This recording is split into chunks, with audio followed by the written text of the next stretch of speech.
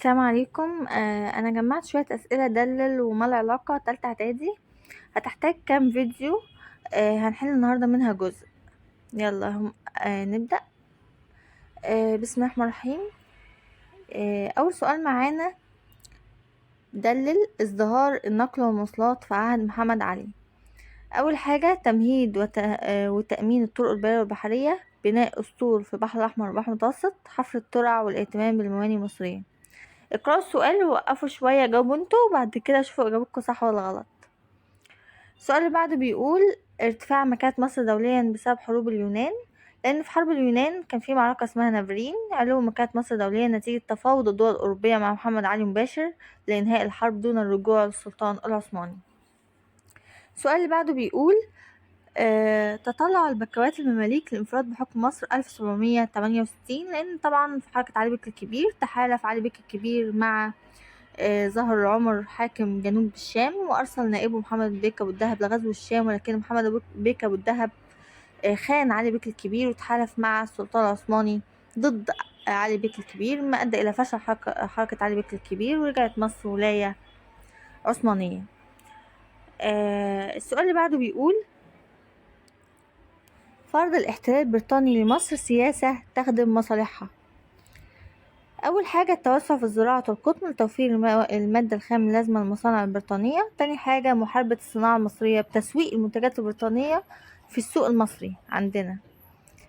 السؤال اللي بعده بيقول، برضو هتوقفوا شوية تجاوبوا انتوا وبعد كده تشوفوا الإجابة صح ولا غلط. السؤال اللي بعده بيقول: أعاد محمد علي تنظيم الإدارة في مصر حتى يتمكن من السيطرة على مصر. دلل: قسم مصر إداريا ل7 مديريات، وعلى رأس هذا النظام حكومة مركزية في القاهرة بتصدر جميع الأوامر واجبة التنفيذ.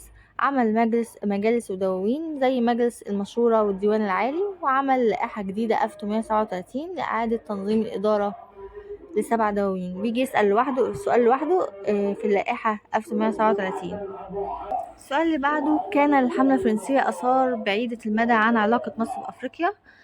كان لها آثار إيجابية على التجارة من خلال فتح أسواق لمصر في بلاد البحر الأحمر ودارفور في السودان والحبشة وبلاد الشام وبلاد شمال أفريقيا. السؤال اللي بعده بيقول: دلل تغيرات سياسة الخديوي عباس حلمي الثاني تجاه الحركة الوطنية مما أثر على مطالبها. تحول خديوي عباس حلمي الثاني من مؤيد للحركة الوطنية إلى موالي الاحتلال. طبعا اتجه محمد فريد للجهاد ضد الاحتلال البريطاني والخديوي في وقت واحد.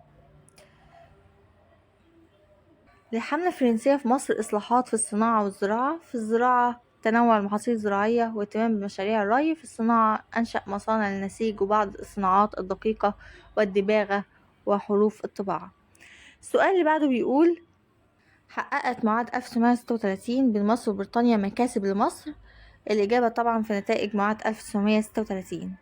أنا مش هقدر أقولها كلها لأن النتائج كبيرة. هي في آخر درس، اللي عايز يشوفها هتلاقيها في آخر درس في التاريخ. السؤال اللي بعده بيقول: ايه العلاقة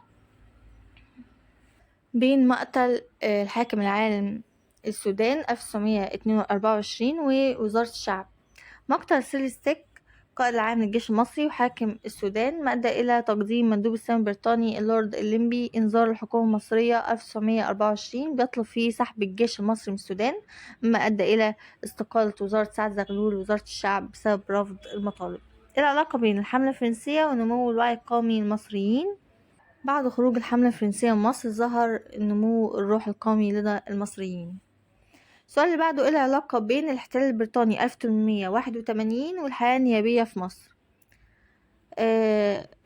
السلطات الاحتلال لغت مجلس النواب وعملت مجالس شورية ملهاش سلطة زي مجلس شورى القوانين والجمعية العمومية والجمعية التشريعية. اقرأوا السؤال ووقفوا شوية جاوبوا انتوا